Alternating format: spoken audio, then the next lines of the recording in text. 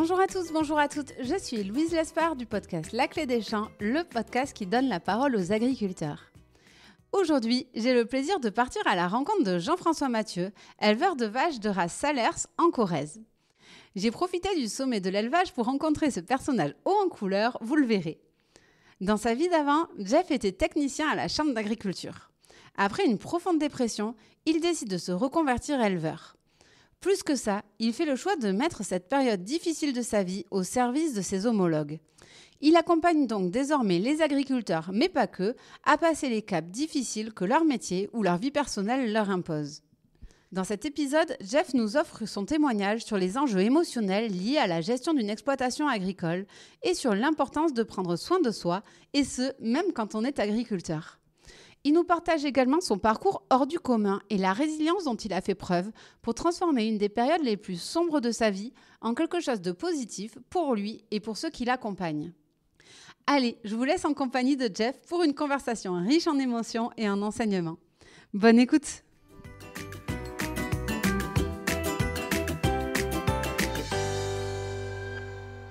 Bonjour Jeff. Hey, bonjour Louise. Merci beaucoup de m'accueillir pendant ce sommet de l'élevage. Je précise, on est au plein milieu des vaches. C'est ça, on est vraiment en immersion totale. Exactement. Pour démarrer, est-ce que tu pourrais te présenter et nous expliquer justement où c'est qu'on se trouve actuellement ? Alors, je me nomme Jean-François Mathieu. Me présenter, alors c'est très particulier. Professionnellement, je suis principalement agriculteur, éleveur de bovins de race Salers, mais ça a toute son importance. Je suis aussi compagnon de Valérie, papa de Tom, Adam et Adrien, et tout ça je le précise parce que ma vie ne se limite pas à l'élevage, et l'élevage doit tenir compte de ma vie aussi. Je t'ai appelé samedi matin pour faire l'interview, on m'a recommandé ton profil. J'ai vu que j'avais un client, surtout ne raccrochez pas de cet épisode parce que je pense que ça va donner. Et quand je t'ai dit oui, j'aimerais faire une interview et tout, tu m'as dit mais est-ce qu'on t'a donné la notice de Jean-François Mathieu ? Oui, je pense que chacun a son caractère, son tempérament, et moi j'ai tendance à être un petit peu caméléon, à coller à besoin des gens qui m'entourent. Toutefois, j'ai une langue assez aiguisée et j'ai des opinions sur tout et je les partage. C'est parfait pour un épisode de podcast. Et je précise qu'on s'est bien installé, on a les chaises Quechua, une petite bière chacun. C'est le premier épisode que j'enregistre avec un petit verre, mais bon, c'est ambiance sommet de l'élevage. Écoute, d'habitude, je démarre toujours par une question, c'est quel a été le déclic pour toi de devenir agriculteur ? Mais là, ne te lance pas, on va inverser, parce que sinon, c'est le cœur du sujet quasiment, et on va partir sur tout le reste qui est vraiment ultra intéressant. Donc, ce que je te propose, c'est de déjà nous décrire ton exploitation et ton métier d'agriculteur en tant que tel. Voilà, est-ce que tu peux nous décrire ton exploitation ? Mon exploitation, alors déjà le terme exploitation me gêne un peu. Il y a le verbe exploiter dedans et ça colle pas du tout à ma philosophie de vie. Donc on peut l'appeler ma ferme. C'est une ferme dont la spécificité, c'est la simplicité. J'élève une cinquantaine de vaches Salers dans un système en agriculture biologique sur 70 hectares de surface agricole, exclusivement en herbe. Voilà, je cultive de l'herbe. Et l'idée, c'est non pas de viser la politique du maximum, mais la politique de l'optimum. Ce qui me fait prendre beaucoup de plaisir, c'est d'arriver à des résultats économiques plutôt satisfaisants qui me permettent de ne pas compter au quotidien l'argent, tout en utilisant un minimum d'intrants et en visant des performances tout à fait honorable. Voilà. Est-ce que c'est aussi les qualités de la race Salers qui te permettent ça ? Est-ce que tu peux nous raconter cette vache qui est à l'honneur d'ailleurs du sommet de l'élevage ? Je ne sais pas combien il y en a, c'était votre concours d'ailleurs aujourd'hui, je crois. Mais le concours se déroule sur 4 jours, nous sommes race à l'honneur. Je pense qu'on doit être 130 éleveurs pour quasiment 400 animaux. Impressionnant. Voilà. Et donc, oui, tu me demandais si la race contribuait à ma philosophie de conduite de ferme. Mais tout à fait, j'ai choisi dans cette race des animaux. J'utilise toujours le terme des animaux révolutionnaires, c'est-à-dire des herbivores qu'on peut nourrir avec de l'herbe. Ça semble un petit peu évident, pourtant aujourd'hui énormément de bovins ont besoin de maïs, de soja, voilà. Et la race salaire reste une de ces rares races comme l'Aubrac, voilà, la Gasconne, qui ont gardé leur capacité à ingérer des fourrages grossiers, à produire du lait, de la viande avec de l'herbe, voilà, et qui ne rentrent absolument pas en concurrence avec l'alimentation humaine, parce que je pense que l'être humain aujourd'hui n'est pas encore capable de valoriser l'herbe en direct. Il paraît.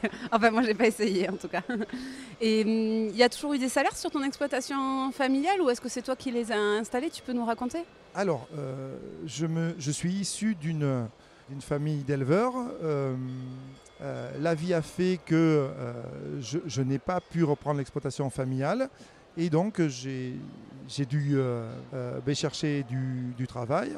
La vie m'a amené à créer mon exploitation à 160 km de la ferme familiale où de toute façon il était évident qu'au vu de mon leitmotiv de vie, de mon but ultime qui est la peinarditude, je ne pouvais pas imaginer conduire une autre race que la salaire. Donc tu as tout remonté de zéro? C'est ça, de zéro. J'avais une histoire et je pense qu'une histoire c'est déjà une magnifique fondation pour construire un projet. Et effectivement, oui, j'ai été chercher les parpaings, les poutres de ma vie seul, mais les fondations étaient déjà solides. Et pourquoi tu as fait le choix du bio? Est-ce que tu t'es lancé directement en bio du coup, vu que tu es parti reparti? Dès que j'ai eu des vaches, oui, j'ai fait le choix du bio parce que je suis joueur et que pendant 15 ans, j'ai été technicien en chambre d'agriculture en Corrèze. Et en fait, faire comme les autres, faire partie du moule, en fait, je trouvais que c'était pas super grisant parce que j'avais la sensation d'être dans une agriculture plutôt normée. Il y a des dates à respecter ou il y a des produits à utiliser. Et mon côté un petit peu joueur, un peu taquin, m'a donné envie d'arriver à faire aussi bien que le conventionnel tout en étant en bio. Et dans le même temps, cette philosophie de dire le temps que je vais passer sur cette planète, si je peux à ma petite échelle éviter de dégrader ou de salir, ça a contribué aussi au choix du bio. Très bien. Ouais, maintenant je vais poser ma question. Ça a été quoi le déclic pour toi du coup de devenir éleveur? Alors le déclic pour devenir éleveur, ça a été de toute façon, c'était une idée, je pense, qui est arrivée avec ma mise au monde. Voilà. Ma mère ne voulait absolument pas que je sois éleveur. Et donc quand on a ça dans le sang et qu'en plus on a ce réflexe d'aller contre l'autorité, c'était devenu une évidence. Mais pour tout recréer en dehors du cadre familial, il m'a fallu d'abord récolter des deniers grâce au salariat, grâce à la chambre d'agriculture pendant une quinzaine d'années. Donc à la chambre, tu as été à la chambre de Corrèze, c'est ça? Ou tu étais technicien? Voilà, j'ai été technicien généraliste à la chambre d'agriculture de la Corrèze pendant 15 ans. J'y suis rentré en étant convaincu que les agriculteurs avaient des problèmes et que moi j'étais capable de les régler. Et assez rapidement, en moins de 2 ans, la vie m'a rattrapé et m'a fait découvrir par la douleur ce qu'était l'humilité. Voilà. Par la douleur, tu peux nous en dire un peu plus? Je suis arrivé avec beaucoup d'arrogance en tant que technicien, en ayant fait des études agricoles. Et dans l'idée, un agriculteur qui m'appelait, pour moi, c'était simplement la ferme qui n'allait pas. Donc, j'avais la solution. Et pendant 2 ans, j'ai fait ce travail-là de cette manière-là. J'étais un apporteur de solutions, non pas une personne qui savait écouter, simplement un sachant. Et au bout de 2 ans, pendant un automne, sur les cantons dont j'avais la gestion, j'ai eu 6 suicides qui se sont succédés. Et ces 6 suicides, en fait, je les ai pris de plein fouet. Et ils ont fait naître en moi énormément de culpabilité. Parce que pour moi, les valeurs que m'avait inculquées ma mère, c'était tu es responsable de ce qui arrive autour de toi. Et donc pour moi, je n'avais pas été à la hauteur. Je n'avais pas repéré les difficultés des gens. Et c'est de là qu'est né cet engrenage de culpabilité. Et qui a causé chez moi la découverte de la dépression.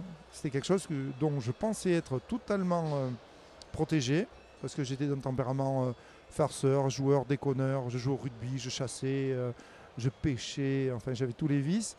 Et là, d'un seul coup, je ne sais pas si les gens qui vont nous écouter ont connu cette sensation de de vide, de perte de sens. Je suis devenu, après ces gens-là qui avaient mis fin à leur vie, je suis rentré dans ce monde des gens qui se lèvent sans but, sans faim, sans soif, sans envie. Et c'est cette fameuse souffrance qui m'a un jour amené à découvrir que cette souffrance-là, elle pouvait avoir une fin par d'autres moyens que les médicaments. Et donc oui, cette souffrance, pendant mon salariat, m'a amené à rebattre les cartes et à repenser les choses. D'autres moyens aussi que le moyen ultime, parce que j'ai lu dans un article que tu y as pensé aussi, et c'était vaches qui t'ont un peu rattrapé. Mais voilà, c'est ça. C'est moi qui n'avais jamais connu l'angoisse, ni la tristesse, ni le doute en fait.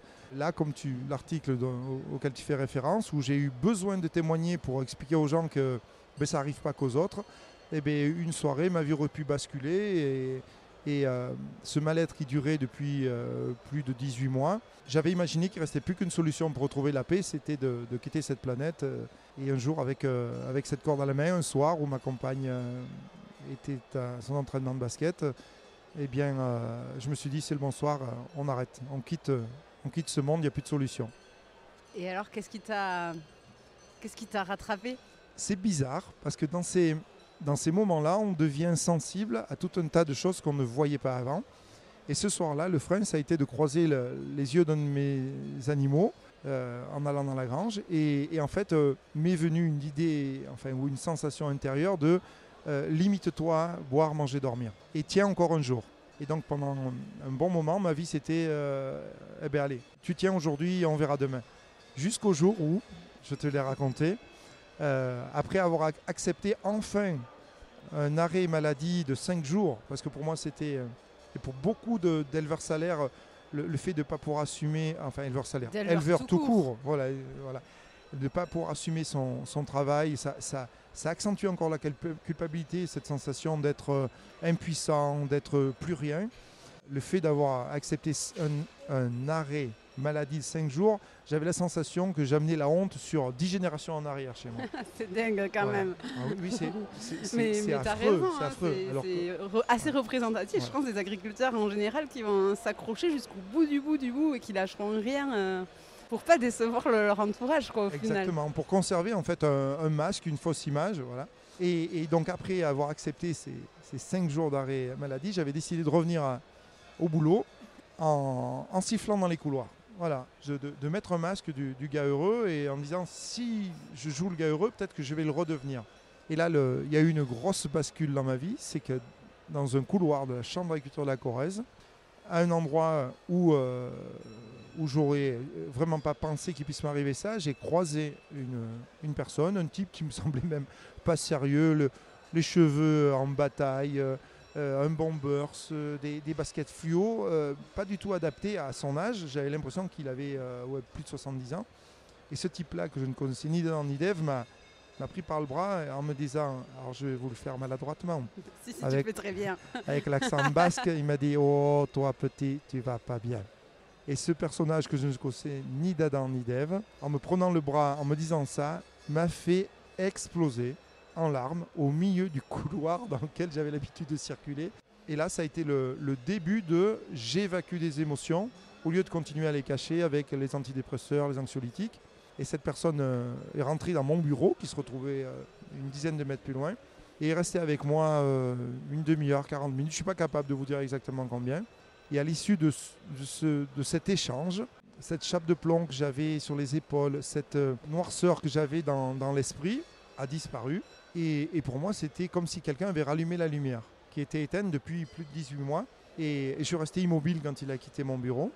Et je vous jure, ça peut vous sembler particulier, même un peu niais, mais je n'osais même plus bouger de peur que la noirceur revienne. Et au final, au bout de quelques minutes, j'ai bougé pour retrouver cet homme-là, pour lui demander qu'est-ce qu'il m'avait fait. Et je n'ai pas pu le retrouver parce qu'en fait, il n'était absolument pas sur le lieu de sa réunion, absolument pas dans les bons bâtiments. Et ce concours de circonstances m'a demandé un peu de débrouillardise pour le pister et le retrouver. Et alors après, c'est la suite de l'histoire. Mais alors, donc c'est Monsieur Etcheverry, je crois qu'il s'appelle. Voilà. Jean-Baptiste Etcheverry. C'est un magicien. Qu'est-ce Tu vois, qu'est-ce qui a fait qu'il t'a débloqué comme ça en 40 minutes? C'est juste le fait d'avoir pu évacuer? Alors maintenant, ça m'est facile de l'exposer après coup, mais sur l'instant, moi j'avais eu juste l'impression que j'avais parlé à quelqu'un, simplement. Et ce personnage, en le retrouvant, alors il n'est pas du tout magicien, il n'est pas du tout psychologue, d'ailleurs il a une retenue par rapport à l'approche psychologique, il se dit plutôt mécanicien. Avec cette personne, j'ai découvert qu'en fait, cette dépression, c'était une construction. C'était moi qui l'avais construit, qui avait eu un élément déclencheur. Cette discussion, au moment où j'allais vraiment très mal, il m'a amené, sans que je m'en rende compte, à regarder l'histoire d'un autre point de vue, où je ne la voyais plus tout pareil. Et j'ai découvert qu'en fait, dans nous, qu'on fasse 100 kilos, 50, qu'on soit un grand gaillard sportif ou quelqu'un de plus frêle, on n'est ni plus ni moins que de l'électricité et de la biologie. Et qu'à la base de tout ça, il y a nos pensées. Et alors après, le soir, t'es rentré chez toi, qu'est-ce qui s'est passé ça a été quoi la suite pour toi? Quand je suis rentré chez moi ce soir-là, j'ai pas eu besoin de parler. Et ma compagne de l'époque m'a demandé « mais qu'est-ce qui t'arrive ?» Et la seule réponse que j'ai pu lui faire, c'est « je ne sais pas ». Je ne sais pas, mais j'ai plus envie de mourir. Parce que je venais de découvrir qu'après 18 mois de traitement chimique, médicamenteux, qui certes m'avaient permis de retrouver le sommeil, ne m'avaient pas permis de trouver une issue définitive. Voilà. Et la suite? Eh bien la suite, ça a été mais très rapide. Et puis je vous assure, quand on sort des ténèbres, qu'on retrouve de la lumière, là, il y a une énergie qui arrive de tous les côtés. Et je me suis dit, c'est pas compliqué. Pour encadrer dans mon boulot les agriculteurs dont j'ai la responsabilité, la technique agricole, elle a été acquise pendant mon cursus scolaire. Voilà, donc j'avais le juridique, j'avais le fiscal, j'avais la technique, mais pour encadrer les agriculteurs, ce que je n'avais pas et ce que j'avais découvert avec Etcheverry, c'est qu'en fait, un agriculteur ne se résume pas à sa ferme, que parfois les problèmes familiaux, les problèmes de couple, les problèmes générationnels, entraînent des pertes d'envie, des pertes d'énergie, qui font que, par ricochet, la ferme se retrouve en difficulté parce que des choix ne sont pas faits, de l'immobilisme s'installe, ou pour trouver du plaisir, des choix d'investissement sont faits et amènent la personne parfois très loin du chemin qu'elle avait décidé au départ. Donc la découverte de la programmation neurolinguistique, parce qu'il faut trouver un nom aux choses, cette fameuse technique de mécanique mentale, m'a permis de réaborder mon boulot et de trouver l'énergie d'aller voir mon directeur en lui disant « Écoutez, vous avez la responsabilité de ma santé au travail, je vous propose ou ma démission ou une autre lettre qui était une demande de formation. » Par chance pour moi, il a accepté le financement de cette formation. Et donc je suis parti 7 semaines par an pendant 3 ans au Pays Basque, à Hendaye, avec ce monsieur Etcheverry, apprendre que je ne savais rien en fait, désapprendre. Voilà la suite chronologique des choses. Et aujourd'hui, tu es à la chambre et éleveur, ou est-ce que tu es plus que éleveur? C'est quoi maintenant ta vie? Depuis 2015, au niveau de la Chambre d'agriculture de la Corrèze, il y a eu des évolutions. Et en fait, je me sentais plus libre de faire mon boulot parce qu'en fait, mes supérieurs ne savaient même pas vraiment ce que je faisais. J'avais lancé des cursus de formation pour aider les gens à écrire avec eux leur mode d'emploi personnel pour découvrir comment ils se mettaient dedans. La fameuse phrase « mais comment tu fais pour ne pas y arriver ?» Voilà. Et en trouvant avec eux comment ils faisaient pour ne pas arriver à leurs objectifs, ils comprenaient qu'il y avait une stratégie et qu'on pouvait bâtir une autre stratégie. Et donc en 2015, il y a eu des évolutions où mes élus ont voulu savoir exactement ce que je faisais, ont voulu me chapeauter. J'ai besoin de liberté. Et là, je me suis senti assez emprisonné. Un jour, en lavant les tasses à café avec la nouvelle directrice, l'envie m'est venue de démissionner. J'ai démissionné dans les jours qui ont suivi. Voilà. Et elle m'a proposé, pendant quelques années, de rester consultant pour la Chambre d'agriculture. Et j'avais ma ferme à côté. Et aujourd'hui, au fil du temps, au lieu de travailler qu'avec la Chambre d'agriculture de la Corrèze, je vole de mes propres ailes pour les projets qui me sont proposés en France. Et à côté, j'ai ma ferme. Donc j'ai 80% du temps les pieds sur terre et 20% j'évolue dans un monde un peu plus abstrait. Quand tu dis des projets, c'est quoi? Est-ce que tu peux nous expliquer concrètement ce que tu fais? T'accompagnes les agriculteurs au final?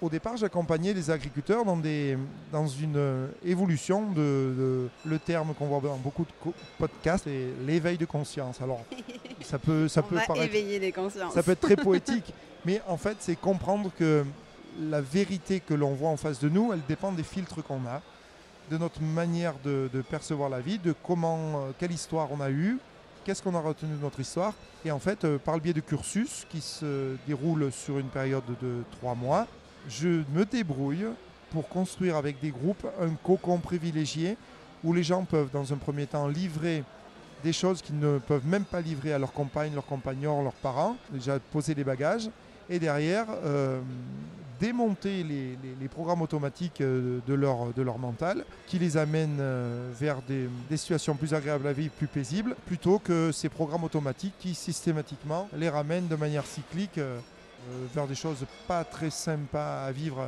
intérieurement. Si on se concentre sur les agriculteurs, parce que je sais que tu accompagnes d'autres professions maintenant par ailleurs, mais c'est quel type de profil qui viennent te voir? Ah, mais dans les profils, c'est divers, variés. Ça va de la personne qui a 25 ans, qui n'arrive pas à avoir d'enfants, qui culpabilise à mort, à la personne qui a un gros projet d'investissement de 1,5 million d'euros, à qui la banque dit mais non, mais on vous suit, le comptable dit mais il n'y a pas de problème, le fiscaliste dit mais c'est nickel, et lui pourtant il est là, et il dort plus la nuit, et il se pourrit la vie. Tu vois, c'est déjà 2 types de personnes différentes. Des jeunes, des moins jeunes, des dames, des hommes. Comme tu l'as dit, des professions qui n'ont rien à voir avec l'agriculture. Et depuis le Covid, il y a énormément de gens d'encadrants de santé, des chirurgiens, des médecins, des aides-soignantes qui, depuis cette opération du Covid, ont perdu un peu de sens dans leur métier. Et ça veut dire que les agriculteurs qui ont déjà fait la démarche de venir te voir, ils sont déjà dans une démarche de remise en question et d'avoir besoin d'accompagnement. Alors, il y a vraiment de tout. Il y a des gens, effectivement, je ne vais pas vers les gens. Parce que comme disait Etcheverry, il faut foutre la paix aux gens qui te demandent rien. Voilà. Donc je me concentre sur les gens qui me sollicitent, mais parfois je vis des belles histoires avec des gens qui ne sont pas vraiment preneurs eux-mêmes, mais qui sont poussés par leur épouse, par leur époux, par leurs enfants. L'idée, c'est simplement que la personne, d'une manière ou d'une autre, vienne vers moi, et je lui explique les règles du jeu, où elle les accepte, et on écrit une histoire, où elle les accepte pas, et je peux l'orienter vers d'autres personnes qui ont une approche pour arriver à un résultat similaire, mais avec des moyens différents. Voilà. La solution de Jeff Mathieu n'est pas la vérité absolue, c'est une vérité parmi les autres. Tu as des belles histoires à nous raconter, ou une qui t'a particulièrement marqué? Oui. Ah, oui. La difficulté, c'est que je m'étale un peu et que je ne paye pas les mots, donc j'ai tendance à en utiliser beaucoup. Un jour, en circulant dans les couloirs de la Chambre d'agriculture de la Corrèze, Il s'en passe des choses dans les couloirs de la Chambre d'agriculture de Corrèze. C'est là, ouais, j'allais au café ce jour-là. Et des collègues un peu taquins là, du contrôle laitier me balancent « Steve, là le magicien !» Je m'approche vers eux pour les saluer, et ils me disent « Voilà, on a un problème avec un éleveur, il a des problèmes de mammites récurrentes, pourtant très simple chez lui, il suffirait de jouer le bardage pour qu'il y ait la ventilation, enfin quelque chose de très technique. » Et ils me disent, il faut aller le voir, toi, avec tes techniques là, bizarres. Donc il est évident que cette personne ne me demandait rien, et que je ne risquais absolument pas d'y aller. Finalement, avec le temps, ils ont donné mes coordonnées à cette personne, et j'ai fini par y aller. Et cette personne m'attendait. Et cette personne-là, en fait, il a fallu que je la choque pour essayer de la débrancher de son quotidien, parce que systématiquement, il me faisait le même récit qu'il faisait aux autres. Et pour la choquer, en fait, pour le ramener ici et maintenant, et non pas le sortir de ses pensées. Alors il y avait toutes ces comptabilités sur la table là, et du revers du bras, j'ai poussé toutes les comptabilités au sol. Alors il faut imaginer, il y avait des feuilles volantes là, et ça l'a hyper choqué. Il m'a demandé, mais vous êtes fou? Je lui ai dit, je vous laisse juge. Et en fait, cette personne, l'idée c'était de rentrer par une autre voie, et en fait, ce qu'on apprend beaucoup aussi avec Etcheverry aux Pays-Bas, c'est le langage non verbal. C'est ce que disent le corps, les traits de visage. Cette personne, elle était, je pense que ça faisait des semaines qu'elle ne dormait plus. Elle avait les poches sur les yeux. Elle avait les lèvres qui tremblaient comme quelqu'un qui retient ses larmes. Et alors, Etcheverry nous explique aussi de oser. Mais tout comme lui, il avait osé, rappelez-vous, dans ce couloir de Chambre d'agriculture avec moi. Et là, j'ai simplement posé les cartes sur la table en lui disant, écoutez, je suis là parce que vous m'avez appelé.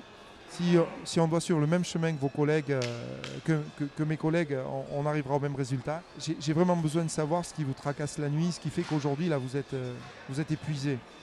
Et là, il s'est mis à pleurer instantanément. Et quelques minutes après, il m'a avoué que sa difficulté, en fait, c'est qu'il ne s'estimait pas du tout, pour lui, il n'avait aucune valeur, qu'il valait rien. Il valait tellement rien que quand il était jeune, ses parents l'avaient abandonné, qu'il avait été donc abandonné, placé à la DAS, puis adopté derrière. Et vous devez vous demander quel est le lien entre ce que je vous raconte et le problème de départ, les mammites, voilà. Et en fait, on a réussi à trouver avec lui le déclencheur. Et c'est lors de la naissance de son premier enfant que toute son histoire lui a sauté au visage. Indépendamment de lui, de sa volonté, il a été cueilli par un sentiment d'abandon, de trahison, tu n'as aucune valeur, Et en fait, face à ça, la vraie problématique était là. Et l'idée, c'était la naissance de son enfant, on ne pouvait pas revenir en arrière, c'était fait. Son abandon par ses parents dans son jeune âge, on ne pouvait pas revenir dessus. Par contre, on pouvait changer la lecture qui faisait de tout ça. Et donc, très simplement, avec un petit travail, il est arrivé à la solution de retrouver ses parents. Et en fait, tout ça, moi j'étais juste technicien agricole. Et lui, dans ses archives, il avait tous les éléments, toutes les démarches à faire. Et je l'ai épaulé dans sa démarche de recherche. Il a retrouvé sa mère parce qu'il n'était pas né sous X. Il a retrouvé des demi-frères. Et à l'issue de ça, déjà la ferme s'est réalignée par magie, vous comprenez. De comprendre pour quelles raisons il avait été abandonné et de comprendre que ce n'était pas parce qu'il valait rien, mais parce que sa maman était en grande difficulté. De lire l'abandon comme un signe d'amour de sa mère qui lui a souhaité une vie meilleure. Ça a tout changé dans sa manière de se percevoir. Et assez rapidement, le bardage a été ajouré, les mammites se sont arrêtées. Et aujourd'hui, il a fait le choix, quelques années après, de quitter l'agriculture parce qu'il s'était installé, en fait, parce qu'il ne voulait absolument pas décevoir le père adoptif qu'il avait récupéré à la rue. Et il a réussi à faire tout ça en douceur, à reprendre sa vie en main sans vexer son père adoptif. Et aujourd'hui, il est salarié dans un métier qu'il a réellement choisi. Mais est-ce que tu penses qu'à chaque fois, derrière les difficultés d'une exploitation, il y a une difficulté humaine? Et est-ce que ces difficultés-là, elles sont à chaque fois personnelles? Parce qu'il y a quand même un vrai sujet de mal-être mental chez les agriculteurs. Je vais reprendre les stats de la MSA de 2021. Je n'ai pas trouvé plus récent. Mais les personnes qui sont âgées entre 15 et 64 ans, elles présentent un risque de suicide accru de plus de 43% par rapport à la population lambda. Il y a encore eu un article ce matin dans le Sud-Ouest de la MSA qui dit que les agriculteurs souffrent de dépression administrative, de mal-être, etc. Pour toi, tout ça, c'est du pipeau, le contexte économique, etc. Il y a un vrai sujet d'humain sur les exploitations? Il y a un terme moi, qui m'a toujours choqué. C'est quand vous demandez à un agriculteur que fait ta femme en termes de boulot, il va vous répondre elle travaille à l'extérieur. À l'extérieur. Une partie du monde agricole que je côtoie considère que le monde agricole est en dehors de la vie. Ça, j'y croyais énormément lorsque j'étais technicien agricole. Mais lorsque dans une salle de formation, vous mélangez un commerçant, un artisan, un chirurgien, et que vous vous rendez compte qu'en fait, il y a une chanson de Goldman qui disait « il n'y a pas de suicide au Sahel ». Et je me rends compte, de mon point de vue, je n'ai pas la vérité absolue, mais que le mal-être, il est lié plutôt à une société, à une manière de penser la vie, plutôt qu'à un métier particulier, parce que je crois que les stats et les populations qui se suicident le plus, ce sont les gens qui travaillent autour de la santé, tout ce qui est cadre santé. Sauf qu'on en entend probablement moins parler, mais aujourd'hui je pense que c'est plus un problème de société qu'un problème de profession. Et est-ce qu'il n'y a pas un sujet aussi sur la culture agricole de ne pas montrer que ça ne va pas? Tu en as été victime toi le premier, de se dire que l'humain reste à la maison. Il n'y a qu'à voir aussi la chambre d'agriculture quand tu nous dis oui j'ai voulu faire des formations sur l'humain et est-ce que les organisations agricoles aussi sont ouvertes à ça? Est-ce qu'il n'y a pas un sujet de changement du monde agricole vis-à-vis des difficultés humaines qu'on peut traverser et de les assumer et d'en parler aussi? Mais je continue à dire, tant que j'étais à la chambre d'agriculture, je trouvais que le monde agricole communiquait mal, que pour les agriculteurs c'était sale de dire je suis en souffrance, c'est ce qui faisait que la souffrance était cachée et que l'insupportabilité amenait à la corde, au fusil, à sauter d'un pont. Je redis, je n'ai absolument pas la vérité. Mais je me rends compte qu'en fait, c'est énormément un problème d'éducation. Quelles sont les valeurs qu'on a retenues de nos parents et les valeurs excessives, le respect excessif conduit à plus respecter soi. Ça conduit à je dois respecter l'autre, je dois dire oui, je dois me forcer, et je mettrais ça plutôt sur le dos d'un gradient de valeurs où le curseur est monté trop haut, qu'on soit fils de médecin, fils d'artisan, fils de... Quelle que soit la corporation, je pense qu'il y a des parents qui élèvent en disant allez, la vie c'est dur, et je mets plus ça sur une non-écoute de ses propres besoins, sur un besoin de plaire aux gens qu'on aime, de faire partie du groupe et de s'abandonner soi-même, se nier soi-même, qui amène un jour un vrai besoin de se soigner, mais avec une autre orthographe. Et est-ce que aussi il n'y a pas un sujet du pro et du perso qui sont très mélangés dans le métier d'agriculteur souvent, ou même si la nouvelle génération de plus en plus habite à l'extérieur et vient travailler sur l'exploitation, mais souvent on habite au milieu de la ferme. Tu utilises le thème à l'extérieur, oui, c'est vrai, t'as raison. C'est vrai que j'y ferai attention maintenant, mais t'as raison. Le métier d'agriculteur aussi gagnerait pas à être un métier un peu plus comme les autres. C'est-à-dire qu'on vient au travail comme un chef d'entreprise, parce que ça reste des chefs d'entreprise, ou comme moi qui ai ma boîte. Mais par exemple, moi qui ai ma boîte, si demain elle coule, entre guillemets, je rebondirai. Aujourd'hui, les agriculteurs, il y a tellement d'attaches familiales, d'affect pour le métier, que tu vois, le rebond, il paraît complètement... ça paraît être un échec, en fait, qu'on a du mal à convertir en nouvelle opportunité, au final. Certes, ça, ce que tu dis existe, mais un entrepreneur TP qui a aussi beaucoup de capital et qui refuserait de faire le boulot de son père, je pense qu'on est dans le même cas. On est dans le même cas. Certes, des camions, peut-être on a moins d'attaches, mais je continue à dire, mais sincèrement, alors, je suis rabat-joie, c'est plutôt une manière de percevoir la vie. Et un salarié dans une usine où le grand-père était salarié, le père y est, c'est plutôt l'image, les sentiments qui reviennent souvent chez les gens qui sont très mal, c'est honte, culpabilité. Dès l'instant où on est attaché à ce qui vient de nos aïeux, qu'on soit commerçant, artisan, je pense que la difficulté reste la même. C'est ma vision qui est un petit peu décalée de ce qu'on entend toujours. Et alors, quel conseil tu donnerais à des agriculteurs qui potentiellement nous écouteraient, qui le disent pas forcément, mais pour qui ça va pas fort? C'est quoi les conseils que tu leur donnerais? De toute façon, le conseil que je leur donnerais, c'est dès l'instant où une souffrance s'installe en vous, si la stratégie que vous avez, c'est-à-dire vous refermez sur vous, éviter les sorties, éviter de parler, si ça vous amène à la souffrance, vous avez la réponse. En continuant à faire ça, c'est Einstein qui disait il faut être complètement abruti pour penser obtenir un résultat différent en faisant la même chose. Donc le conseil, c'est pour des gens qui se renferment, sachez que si vous vous renfermez, la souffrance va monter. Certes, pour l'avoir traversé, c'est dur quand on a l'impression que tout le monde sent notre souffrance, que tout le monde a pitié de nous, mais ça c'est une invention de notre mental. Dans la vraie vie, les autres ne sentent pas forcément ce qui se passe. La pire des choses, c'est l'isolement. Et donc le message, c'est si vous êtes en souffrance, eh bien, c'est ce que vous êtes en train de faire, le contexte que vous entretenez, les rapports que vous entretenez, vous amène à ce ressenti intérieur. Et vous ne pourrez pas échapper à votre souffrance. Changer de stratégie. Voilà. Et que la souffrance, en fait, c'est un super indicateur qui veut juste dire bouge. Bouge et parle des fois aussi. Bouge, parle, vide, pleure, crie, vomit. Mais quoi qu'il en soit, il va falloir que d'une manière ou d'une autre, ça sorte, que ce bouchon de champagne saute, parce que de toute manière, s'il ne saute pas, l'issue, malheureusement, on la connaît. Et surtout, retenez bien que pour ceux qui écouteront le podcast, qui pas d'affinité avec la psychologie, qui se disent c'est pour les fragiles, c'est pour les... dites-vous bien qu'il y a plein de techniques, la sophrologie, la PNL, on peut en citer plein, qui ne sont pas de la psychologie.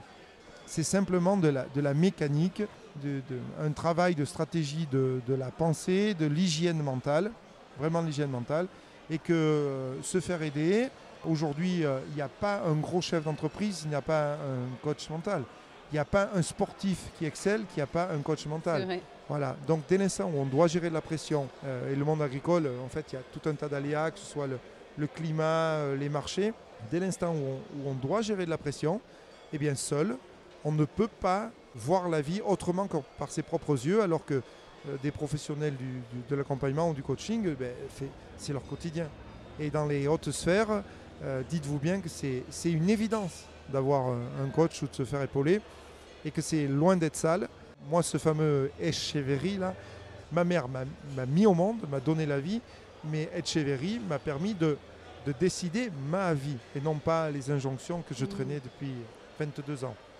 Est-ce que aussi les organisations agricoles, elles se doivent de mieux accompagner les agriculteurs sur ce volet-là pour proposer des solutions? Parce qu'une fois qu'on s'est dit qu'il fallait parler, la question c'est à qui va être câblé pour répondre à mon problème. Tu vois, j'avais fait un épisode avec le CNAOL sur le Saint-Nectaire. Tous les éleveurs ont suivi une formation au management, par exemple, à l'humain, aux relations humaines, pour manager ses salariés, savoir les règles à respecter, mais même manager ses associés, sa famille. Enfin, au final, vous êtes au carrefour de beaucoup de monde. Vous êtes des chefs d'entreprise, mais vous n'avez pas fait de formation souvent en management, d'école de commerce, etc. Et donc, il manque finalement cette brique de l'humain et de la gestion de l'humain qui est clé pour la vie d'une exploitation, au final. Tout à fait. Alors, tu parles des instances agricoles. Je pense que moi qui étais au départ très critique par rapport à mon employeur au niveau de la Chambre d'agriculture, pour en avoir parlé après avec eux à tête reposée, en fait, c'est pas leur cœur de métier, une Chambre d'agriculture, c'est un organisme technique et voilà. Et ce que j'avais fait, en fait, c'était pour eux une grosse innovation. Donc je ne sais pas si ces organismes-là, qui eux ont besoin d'argent pour fonctionner, qui ont des mandats, qui ont des... Je ne sais pas si aujourd'hui c'est à eux qu'il faut jeter la pierre. Je ne crois pas. Voilà. Je crois qu'il faut la jeter à personne. Après, il y a des organismes comme la MSA que tu as cité tout à l'heure, au niveau des statistiques, eux qui font de la prévention du suicide. Et moi, je serais plutôt pour inviter les gens à quoi faire. Pas appeler Jeff Mathieu, évidemment, parce qu'il ne court pas après le boulot. À s'ouvrir, à être curieux, à écouter des podcasts sur le thème du développement personnel, à lire des livres, à regarder des films sur ce sujet-là. De toute façon, je crois que dans la vie, il n'y a pas de hasard et toute personne qui est en recherche de solutions, en recherche d'aide, même en n'en cherchant pas, tout simplement en rentrant dans un couloir, en sifflant, en faisant le guignol, peut se faire attraper par le bras par un Etcheverry qui va lui tendre la main. Et voilà, la responsabilité de quelqu'un qui ne va pas bien, c'est simplement d'accepter les mains tendues. Surtout que tu l'as dit, souvent c'est quand on traverse des phases difficiles, après souvent c'est pour le meilleur. Toi par exemple, mine de rien, ça t'a permis de te remettre en question. Tu vois, tu l'as dit, j'étais un sachant. Enfin, t'imagines le bond en avant de l'humilité et je trouve ça hyper intéressant. On devient meilleur quoi après. C'est une calotte dans la vie et en fait ça te remet simplement, non pas à la place que tu t'inventes, mais à la place où tu es réellement. Et voilà, quand on en avait parlé lors de notre premier échange, enfin c'est affreux ce que je veux dire. S'il y a des gens qui sont actuellement là au fond du seau, même sous la serpillière, et qui sont en burn-out ou en dépression, ils vont se dire mais les barjots ce type. Ça fait 24 ans, j'ai eu des enfants, je suis très heureux de leur naissance, mais le plus bel événement de ma vie, ça a été, avec le recul, ma dépression. Parce qu'il n'y aurait pas eu cette dépression, mais je n'aurais pas d'enfants aujourd'hui, parce que il y a encore une autre jolie histoire à raconter, mais ça sera pour une prochaine fois. Pour l'apéro après. Voilà, ça a été je suis devenu moi après cette dépression. Voilà. Avant, j'étais la personne qu'il fallait être pour plaire aux gens que j'aimais. Écoute, on va finir sur ces belles paroles. Je vais passer à mes questions de fin. La première, c'est qu'est-ce qui te rend fier à toi d'accompagner les agriculteurs sur la partie humaine au final. Et puis d'être éleveur aussi après tout. Parce qu'on a très peu parlé de la partie élevage. Mais alors c'est hyper simple. Donc je t'ai dit, moi, que dans la vie, je courais après la peinarditude. Et alors la peinarditude, pour les gens qui écoutent, ça peut être c'est un branleur, il ne veut pas travailler. Non, c'est pas du tout ça. Moi, ma peinarditude, pour qu'elle soit remplie à plein, il faut que 3 de mes valeurs soient remplies. La liberté, j'ai besoin de me sentir libre. Et le fait de travailler avec des gens comme ça et de choisir avec qui je travaille. Deuxièmement, j'ai besoin, pour être peinard, de me sentir utile. Et ce qui me plaît à moi, comme tu dis, c'est ce sentiment de se dire que je suis là, je vais essayer de battre ma grand-mère, je vais essayer d'arriver à 104 ans. D'ici 2 générations, plus personne ne se souviendra de moi. Donc je vis ma vie pour moi et j'ai besoin d'être utile. Et en faisant ça, j'ai la sensation de remplir dans moi ce besoin d'utilité. Et pour ma peinarditude, donc, j'ai aussi besoin de remplir une troisième valeur. Après la liberté et l'utilité, c'est la sécurité. Et le fait de créer un cocon qui dépend que de moi dans les formations, le fait d'avoir la responsabilité des décisions de ma ferme et de ce qui en découle, eh bien, je me sens en sécurité parce que je suis responsable, non pas de tout ce qui m'arrive, mais de tout ce que j'en fais. C'est-à-dire, les gens qui viennent en formation, je suis responsable de ce que je vais partager avec eux. Et sur ma ferme, eh bien, tous mes choix. Je ne suis pas responsable de la pluie qui est tombée, de la pluie qui ne tombe pas. Mais je suis responsable de comment je vais agir. Pour moi, ce ne sont pas des problèmes, ce sont des faits. Et que je me roule par terre, que je tape dans les murs, s'il est tombé 20 mm aujourd'hui alors que je voulais semer, eh bien, il est tombé 20 mm, point. Et je dois semer, et je vais trouver une solution. Tu m'as dit, il n'y a pas de problème, il n'y a que des faits. C'est ça, c'est souvent je dis aux gens en formation, mais est-ce qu'un problème vous a déjà coupé la route? Est-ce qu'il a fallu un jour freiner parce qu'un problème passer sur un passage piéton? Ben non, c'est un ballon, c'est un enfant, c'est une vieille dame, mais le simple fait de sortir de son vocabulaire le mot problème fait que déjà il n'existe pas. Ma deuxième question, c'est est-ce que tu aurais un truc pour nous, pour étaler notre science au prochain repas entre amis, quand ça parlera psychologie? Ah ouais. Dès le départ, pour choper l'attention des stagiaires, je leur présente un dessin tout simple au tableau et je leur demande de faire le jeu de la photocopieuse et de me le reproduire à l'identique, sans oublier aucun détail. Et je vais te proposer ce dessin tout à l'heure. Je leur fais faire simplement, ils mettent 40 secondes et à l'issue de ça, il y a toujours des gens qui sont plus sûrs d'eux que les autres. Et bien ceux-là, je leur fais lire le texte sur le dessin. Ils me le lisent une fois, deux fois, trois fois. Et au final, donc notre cerveau nous trompe. Souvent le texte c'est les poissons nagent dans la mer. Mais j'écris poison. Et il y a deux fois la mer. Et les gens écrivent les poissons nagent dans la mer. Voilà. Ça montre bien que même avec un texte devant les yeux, avec un petit dessin, en étant sûr de nous, on peut être 10 et en fait, ils ne dessinent pas du tout ce qu'il y a dessus et ils passent à côté de... Pas voir la bonne chose. Super. Et dernière question, où c'est qu'on peut te contacter si on veut suivre tes formations, si on a une question? Mes coordonnées sont très simples à trouver sur Internet. Si vous tapez Mathieu Jean-François, même sur YouTube, je pense, vous devez trouver des choses. Alors je répète, je ne cours pas après le travail. Lorsqu'on lance un suivi en formation avec les groupes, on a vraiment pendant 3 mois, nuit et jour, la possibilité de s'appeler aux besoins. Et donc pour aller vers ce niveau de qualité, j'ai fait le choix de ne pas enchaîner les volumes de formation. Mais voilà, si les gens peuvent ou taper Mathieu Jean-François avec PNL derrière, ou Pénard même, ça doit arriver, voilà, ou rentrer en contact avec toi, et ce sera avec grand plaisir. Mais sachez qu'il y a énormément de Jean-François Mathieu qui font ce type de travail et qui ont des approches différentes. Un coach est rarement mauvais, il est juste parfois pas adapté. Donc si vous êtes en suivi avec quelqu'un et que vous sentez que ça passe pas, eh bien, insistez pas, cherchez et ne perdurez pas dans une stratégie qui ne fonctionne pas. Tu m'avais dit que tu voulais qu'on fasse un épisode qui sauve des vies. Est-ce que tu penses qu'on a réussi ? Je pense que les gens qui vont entendre le témoignage, qui vont entendre que j'ai eu envie de mourir, qui vont entendre que pendant 18 mois de ma vie, j'avais plus envie de manger, plus envie de boire, plus envie d'avoir des enfants, il n'y a plus rien qui comptait autour de moi, si vous avez cette sensation-là et que vous entendez ce podcast, je crois que vous allez comprendre ce qui se passait à l'intérieur de moi. Retenez ce message, parlez, allez vers n'importe qui dans un premier temps, mais videz votre sac et il y a plein de méthodes qui existent et qui sont vraiment pas sales, qui sont pas enfermantes dans des cursus ad vitam aeternam et que la chimie doit être une béquille, ça l'a été dans ma vie. Utiliser des médicaments, c'est pas sale non plus, c'est comme avoir une fracture et refuser une béquille, c'est une hérésie, ça va se ressouder mais tout de biais. Donc le passage médicamenteux ne doit pas être négligé, mais derrière, voilà, il y a plein de solutions. Super, et bien merci beaucoup pour ton temps et ton témoignage. Merci et puis beaucoup, je crois que c'est la soirée salaire ce soir, donc on t'a déjà bien retenu, donc on va te laisser aller profiter. Merci à très beaucoup, vite. Louise. Merci.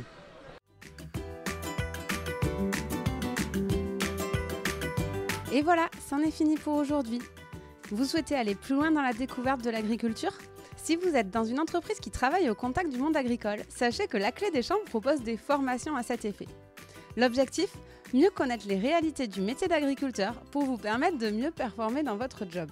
Après avoir suivi un module e-learning où des experts reconnus vous expliquent les enjeux auxquels est confronté le monde agricole, vous partez passer une journée en immersion à la ferme avec vos collègues et maximum par groupe de 5 pour un véritable vie-ma-vie d'agriculteur.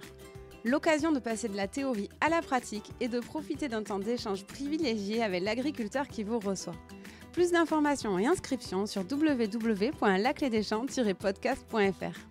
Et avant de partir, dernière chose, si le podcast vous plaît, n'hésitez pas à lui mettre une note 5 étoiles ou à en parler autour de vous. Ça m'aide énormément à faire connaître le podcast. Merci beaucoup et je vous dis à très vite.